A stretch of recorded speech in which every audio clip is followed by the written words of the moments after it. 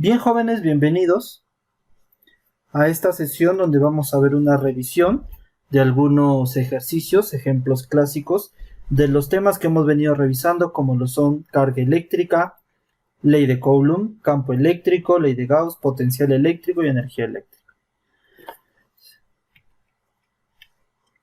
Se le invita a que repasen algunos conceptos de potencial eléctrico, carga eléctrica y los temas revisados hasta el día de hoy para tener una coherencia de lo que vamos a trabajar en estos ejercicios. El logro de esta sesión es que ustedes logren practicar, solucionar algunas consultas, dar ejemplos clásicos de estos ejercicios para que ustedes puedan afianzar lo aprendido y reforzar sobre todo la habilidad matemática que nos va a permitir a nosotros aplicar todos estos conceptos aprendidos en contextos de la vida real y de la vida profesional para poder dar solución a problemas que se presenten en nuestra profesión. Y vamos a dar inicio con algunos ejemplos teóricos, como el que vemos a continuación. Nos dice, correlacione cada apartado de la columna 1 con su principio de funcionamiento de la columna 2. En la columna 1 nos dan 4 elementos o 4 dispositivos y en la columna 2 nos dan su funcionamiento. La batería. Comenzaremos con el primer dispositivo, que es la batería. Una batería, como ustedes ya conocen, como ustedes ya saben con claridad, es un dispositivo que a nosotros nos permite, ¿sí?, hacer funcionar diferentes dispositivos electrónicos. La batería almacena la carga y permite su flujo cuando se conecta a una terminal. Usualmente el funcionamiento clásico de una batería es por reacción química. Y eso lo conocemos todos bien. El siguiente ejemplo es el de un generador. Un generador, usualmente los motores eléctricos que podemos ver, los generadores eléctricos a partir de combustible, utilizan una tarea o utilizan uno de los fenómenos más importantes de lo que es la electrodinámica, y este fenómeno es la inducción de Faraday. Así que un generador eléctrico funciona debido a la inducción electromagnética, la cual principalmente me dice que cuando un embobinado o a través de un embobinado, ¿sí?, un embobinado se mueve un campo magnético, en este embobinado se va a inducir una corriente eléctrica. Un tubo de cámara de TV. El tubo de cámara de TV funciona básicamente por fotoelectricidad, ¿sí? Fotoelectricidad. Y el tubo al vacío, pues básicamente es uno de los más utilizados para ver o para hacer experimentos donde podemos nosotros observar el movimiento de los electrones de forma libre. En el siguiente ejercicio tenemos el siguiente enunciado. Nos dice, se tienen dos cargas puntuales Q1 igual a 3 por 10 a la menos 9 Coulomb, con una posición R1 igual a 4I más J más 5K, y la carga 2, que es igual a 2 por 10 a la menos 9 Coulomb, con una posición que es igual a R2 igual a 2I menos 5J más 6K. La pregunta aquí es, ¿cuál es el esfuerzo o la fuerza que actúa sobre cada uno de ellos? Lo primero que tenemos que hacer aquí es identificar nuestras cargas. Las cargas las tenemos bien identificadas, son la carga 1 y la carga 2, perfecto. Ahora las posiciones. Las posiciones son las posiciones de cada carga. Y recuerden que para calcular la fuerza de interacción entre dos cargas yo necesito la separación entre ellas. Recordando álgebra vectorial, yo puedo encontrar esa separación simplemente calculando un vector R21 que se obtendrá pues obviamente de restar el vector 2 o la posición 2 menos la posición 1. De esta manera yo al restar estos obtengo resto 2i menos 4i menos 5j menos más j y más 6k menos más 5k, y esto me va a dar como resultado 2i, ¿sí?, menos 6j más k. Una vez que yo ya obtuve mi separación entre estas cargas de forma vectorial, lo que voy a hacer es encontrar el módulo. El módulo ya sabemos cómo lo calculamos, no tenemos ningún inconveniente en este aspecto y obtendremos que el módulo para esta separación será de la raíz de 41 numéricamente. Y luego obtendremos a partir de este módulo y esta separación su dirección, también conocida también como su vector unitario, que me va a dar la dirección de esta separación entre las cargas. La separación será 2 menos 2i sobre la raíz de 41, ¿sí? Menos 6j sobre la raíz de 41, más k sobre la raíz de 41. Perfecto. Entonces, ya tengo esto, lo único que me queda hacer ahora es calcular lo que me pide. La fuerza o el esfuerzo, por ejemplo, de 2 sobre 1 será, pues básicamente la ecuación que todos conocemos. Nuestra constante, ¿sí? Nuestra constante, voy a aplicar solo el valor numérico, ¿ya? Solo el valor numérico para realizar el cálculo, ya ustedes conocen bien el valor de la constante para que me alcance el espacio. Nuestra constante que tiene un valor de 9 por 10 a la 9, redondeando, ¿sí? Ya las unidades lo conocen bien, lo voy a obviar para que me alcance el espacio de cálculo. La carga 1 que es 3 por 10 a la menos 9 coulomb, en este caso la carga 2 que es igual a 2 por 10 a la menos 9 coulomb, ¿sí? Sobre, obviamente, la separación entre estas cargas al cuadrado, que viene a ser raíz de 41 al cuadrado por, y aquí lo voy a dejar solo enunciado para que me alcance la dirección, ¿sí? Que ya lo tengo ahí calculado. Esto lo dejo así, simplemente para identificarlo. Tenemos la constante, el producto de las cargas entre la separación al cuadrado. Al realizar este cálculo obtenemos que esta fuerza de separación va a ser igual de 1,3 por 10 a la menos 9 por, obviamente, mi dirección. La dirección aquí es lo que hemos obtenido ahí, menos 2i sobre raíz de 41 menos 6j sobre raíz de 41 más k sobre raíz de 41. Y obviamente, como es una fuerza, se mide en newtons. Listo. Ahora, ese es el cálculo de 2 sobre 1. Si yo realizo el mismo cálculo de 1 sobre 2, pues obtendré la misma respuesta, solo que con la dirección contraria. Para obviar, solo lo dejaré expresado, que también es una forma de representarlo, y también en newtons. Un ejercicio clásico y bastante interesante de analizar. Muy bien, continuamos. En un instante, me dice aquí el problema, en un instante, las componentes de la velocidad de un electrón que se mueve entre dos placas paralelas cargadas son la velocidad a lo largo del eje X, o la velocidad a lo largo de X será igual a 1,5 por 10 a la 5 metros sobre segundo.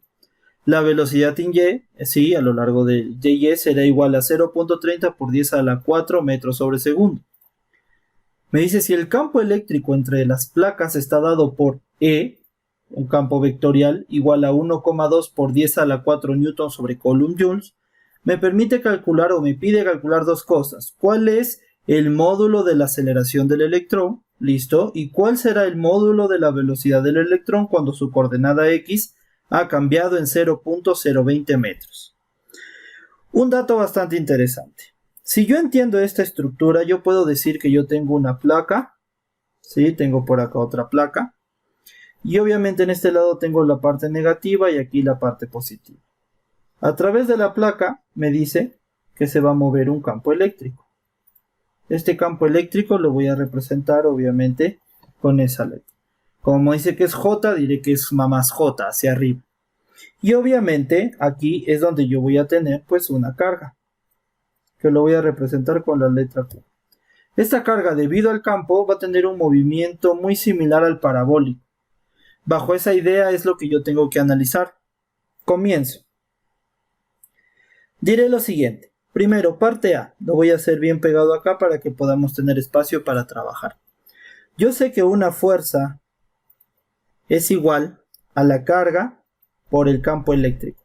Lo saco y lo conozco de mi teoría de campo.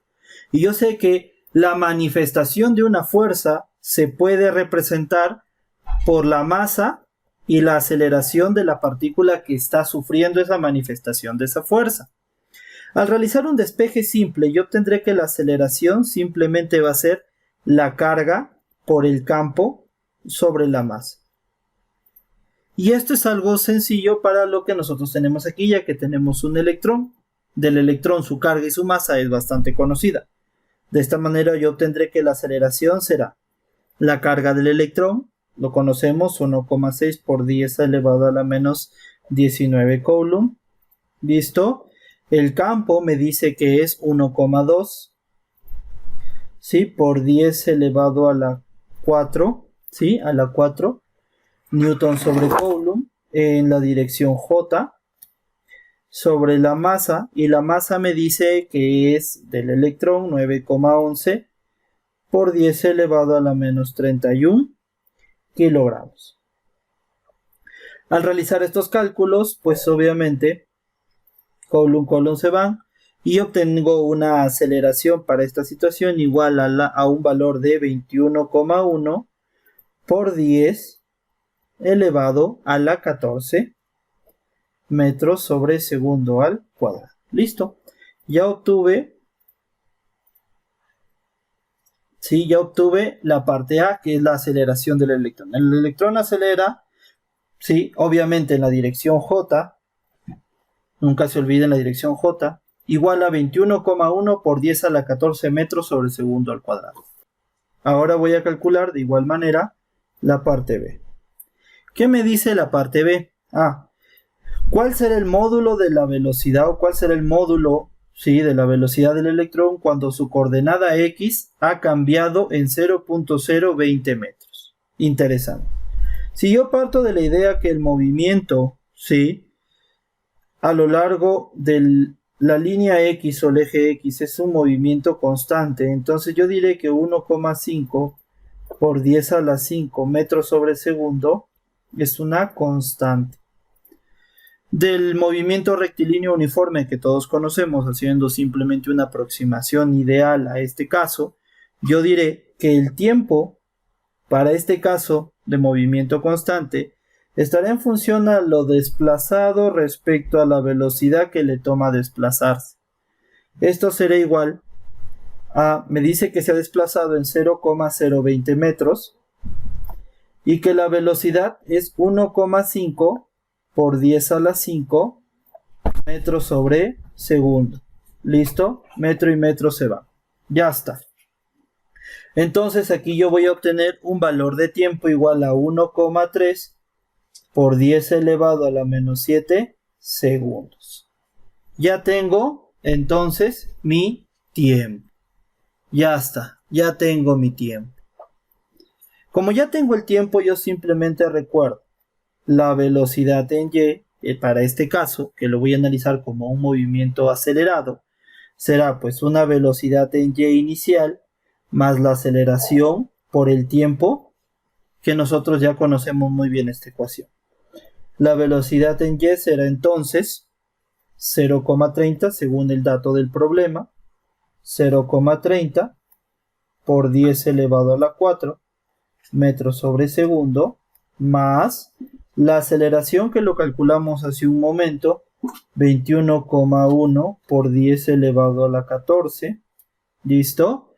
Y como no me va a alcanzar, voy a tratar de reducirlo un poquito. Vamos a borrar las unidades para que alcance. Sí, vamos a hacerlo un poco más pequeño. Entonces vuelvo a repetir.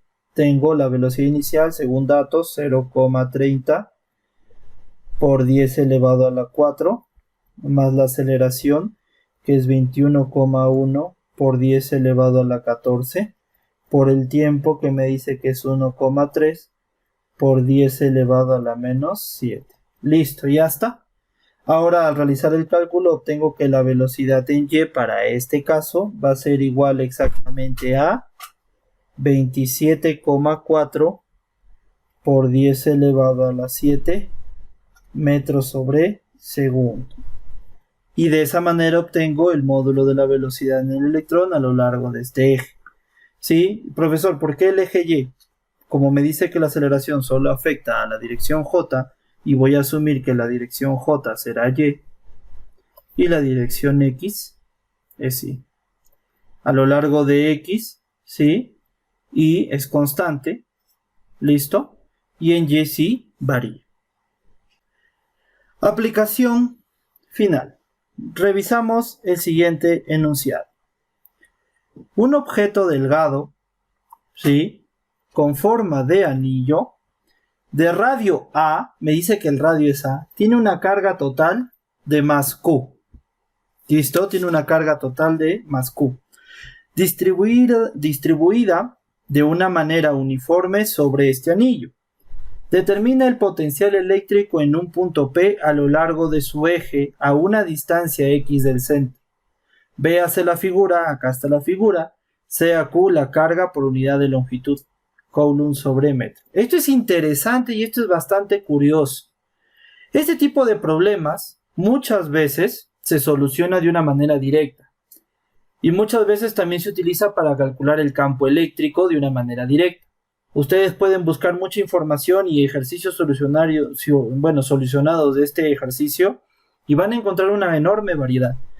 Pero el día de hoy voy a resolverlo de una manera diferente. ¿Por qué?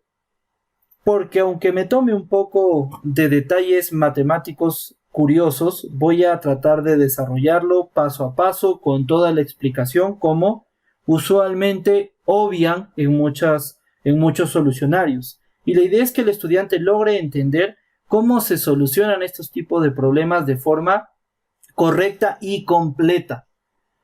No solamente se aplica la ecuación y se da la respuesta, no. ¿De dónde sale y cómo es que se llega a esas respuestas? Para empezar voy a analizar esto si es que yo estuviera trabajando con un campo eléctrico. La idea es que yo primero calcule el campo eléctrico. ¿Por qué? Voy a anotar algunos valores o algunas cosas importantes. A nosotros nos piden calcular el potencial. Para este tipo de problema yo, por ejemplo, voy a utilizar esta ecuación de potencial.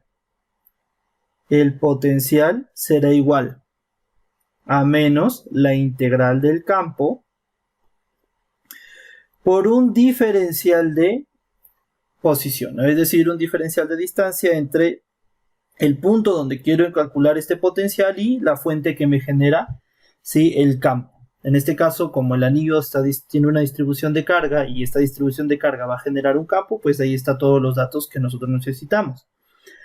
Si tú te das cuenta en este ejemplo, en este ejercicio, nosotros obtenemos un anillo circular que tiene una distribución de carga diferencial de Q, que bueno, según el problema vale Q, y me dice que el radio es A. Como el radio es A, y la distancia al punto donde me piden a mí analizar es este punto de aquí, es X, voy a tener, si te das cuenta, un triángulo rectángulo. Todos sabemos trabajar con triángulos rectángulos.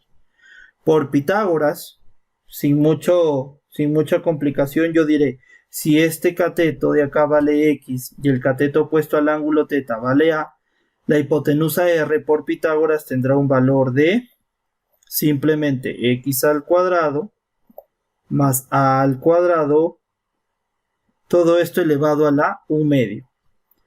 O raíz de X al cuadrado más A al cuadrado. Yo lo voy a trabajar con 1/2, ¿por qué? Y ustedes se van a dar cuenta que muchos lo trabajan con 1/2, ¿pero por qué? Porque a la hora de integrar, es más sencillo integrar con 1/2 que integrar con la raíz. ¿Sí? ¿Por qué? Vamos a ver la técnica que vamos a utilizar para la integración aquí.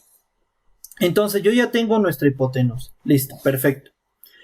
Para iniciar mi desarrollo, yo lo primero que voy a hacer es plantear el campo eléctrico.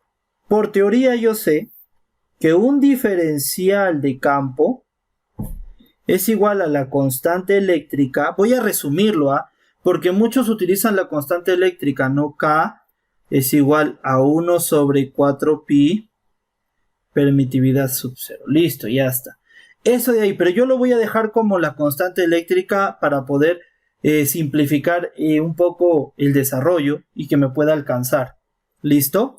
Entonces, nuestra constante eléctrica por nuestro diferencial de carga lo puedo hacer con minúscula, listo, sobre la separación o la distancia entre la fuente de carga hasta un punto de prueba elevado al cuadrado.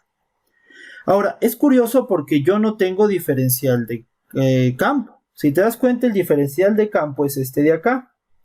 Y a mí me piden calcular de alguna manera un campo a lo largo del eje X. Este campo, como tú lo puedes observar aquí, lo voy a hacer más grande, va a ser un diferencial de campo X. ¿Listo? Y por lógica, si este es el diferencial del campo y este es un ángulo θ, este diferencial de campo X será el diferencial del campo por el coseno del ángulo θ. Así de simple. Entonces, ¿yo qué voy a decir? Ah, mira, muy simple. El diferencial lo voy a hacer de color verde. Diré lo siguiente, ¿sí? Presta mucha atención. Entonces, ¿ya? El diferencial del campo X, que va a ser igual al diferencial del campo por el coseno del ángulo θ, y esto va a ser igual a, ¿sí? ¿Y esto va a ser igual a quién? Bueno, a la constante K, ¿listo? Por el diferencial de carga respecto al R al cuadrado. Y el coseno de θ, mira, si este ángulo también es θ, el coseno de θ, utilizando, ¿sí?, mi triángulo rectángulo, pues será simplemente, ¿sí?, el cateto adyacente sobre la hipotenusa. Listo. Entonces aquí yo voy a tener X sobre R. Listo. Así de simple. ¿Qué hago ahora? Profesor, creo que ahí ya se puede integrar. Integramos. Voy a hacerlo con color rojo para que se pueda visualizar. Integro por aquí. Y como esto no me interesa, integro por acá. Listo, ya está. Al realizar la integración, pues integración directa. Integral del diferencial del campo a lo largo del eje X, ¿sí? Será el campo X. Y esto será igual. K, ¿sí?, R cuadrado, X y R, y diferencial de la carga. Muy bien, pues simplemente lo calculo. Voy a hacerlo paso por paso para que se pueda entender. Esto quedará así, y esto me quedará K por X por diferencial de la carga, todo esto sobre R al cubo. Al realizar esta integración, ¿qué voy a obtener? Pues K por X, todo esto sobre R al cubo, ¿listo? Sí, R al cubo, por la integral, ¿listo?, del diferencial de la carga. Como la diferencial de la carga Q es la carga Q y acá me dice que la carga total vale Q mayúscula, pues simplemente esto se va a reducir simplemente a K por X por la carga sobre R al cubo. Ahora, lo curioso es que el R al cubo tiene un valor. ¿Y cuánto vale ese R al cubo? Bueno, el campo X va a ser igual. Vamos a hacerlo más pequeño para que nos alcance. Entonces, por acá, el campo que necesito será igual a K por X por la carga sobre R. R vale, acá lo tengo y lo voy a hacer con el color que lo pusimos acá, vale X al cuadrado más A al cuadrado a la U medio. U medio elevado al cubo será 3 medios. Ya está. Ya tengo el valor de mi campo eléctrico. Constante eléctrica por X por la carga sobre la hipotenusa elevado al cubo. Ya está. Ya tengo el campo eléctrico. Ahora, este campo eléctrico lo voy a reemplazar en mi potencial, que es potencial igual a menos la integral del campo eléctrico por el diferencial de R. ¿Sí? Y eso es lo que voy a hacer, aunque aquí voy a hacer una pequeña curiosidad. El R, para no generar confusión, este R, yo lo voy a considerar a lo largo del eje X porque me piden a lo largo del eje X. ¿Listo? A lo largo del eje. Y listo, eso es todo. Voy a reemplazarlo. Entonces, reemplazando, sí, acá tenemos el mismo ejercicio. Voy a seguir. Entonces, reemplazando, el campo va a ser igual a menos la integral, ¿sí? ¿De quién? Del campo eléctrico X, ¿sí? Que viene a ser K por X por la carga. Todo esto sobre X al cuadrado más A al cuadrado elevado a la 3 medios. Bueno, esto lo cierro por el diferencial de X. Y ahora voy a sacar factor común. K es factor común, Q es factor común. Entonces tendría menos K por Q por la integral de X por diferencial de X sobre X al cuadrado más A al cuadrado elevado a la 3 medios. Y es curioso, porque acá yo tengo una integral que se necesita alguna técnica específica para su integración. No es difícil, ¿eh? No es una integral difícil, es una integral bastante sencilla, pero que sí requiere digamos, un pequeño paréntesis en su cálculo. Vamos a hacer esto un asterisco. Lo que voy a hacer ahora es calcular esta integral paso a paso para poder obtener el resultado. ¿Listo? Así que calcularemos la integral. El asterisco. Esto es como un paréntesis, ¿ya? Esto es como un paréntesis. Porque mi objetivo es obtener el valor de ese asterisco. Así que simplemente integraré, ¿sí? El X por diferencial de X. Voy a tratar de hacerlo pequeño nada más para que alcance X al cuadrado más A al cuadrado, todo esto elevado a la 3 medios. Y pues empiezo. Lo que voy a aplicar primero es cambio de variable. U. U va a ser X al cuadrado más A al cuadrado. Listo. Entonces, si yo derivo el U, la derivada de U respecto de la variable X, pues voy a obtener un valor de 2X. Entonces, el diferencial de X vale, ¿sí? Diferencial de U sobre 2X. Ya está.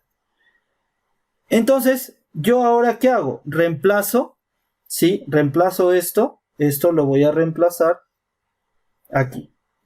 ¿Y qué tendría? Este sería, pues, obviamente el paso 1. El paso 2. Al reemplazarlo, voy a obtener la siguiente ecuación. Si reemplazo el X, pues bueno, acá puedo hacer un pequeño artilugio. Mira, ve, diferencial de X. Un pequeño artilugio, lo voy a hacer con verdecito para que se pueda visualizar. Vamos a hacer un verde claro. Yo lo que necesito es X diferencial de X. Por lo tanto será X diferencial de U sobre 2X. Entonces, ¿esto cuánto me queda? Diferencial de U sobre 2. Ya está, listo. Sencillísimo. Entonces, ya reemplazo acá y obtengo lo siguiente. Integral, listo. X diferencial de X, ¿cuánto vale? Du, ¿sí? Sobre 2. Y obviamente esto valdría U, esto de aquí vale U, acá lo tenemos, vale U, entonces tendría por 1 sobre, ¿sí? 1 sobre U elevado a la 3 medios. Esto me va a dar entonces la integral del diferencial de U sobre 2 por U elevado a la 3 medios. Yo ya tengo esto.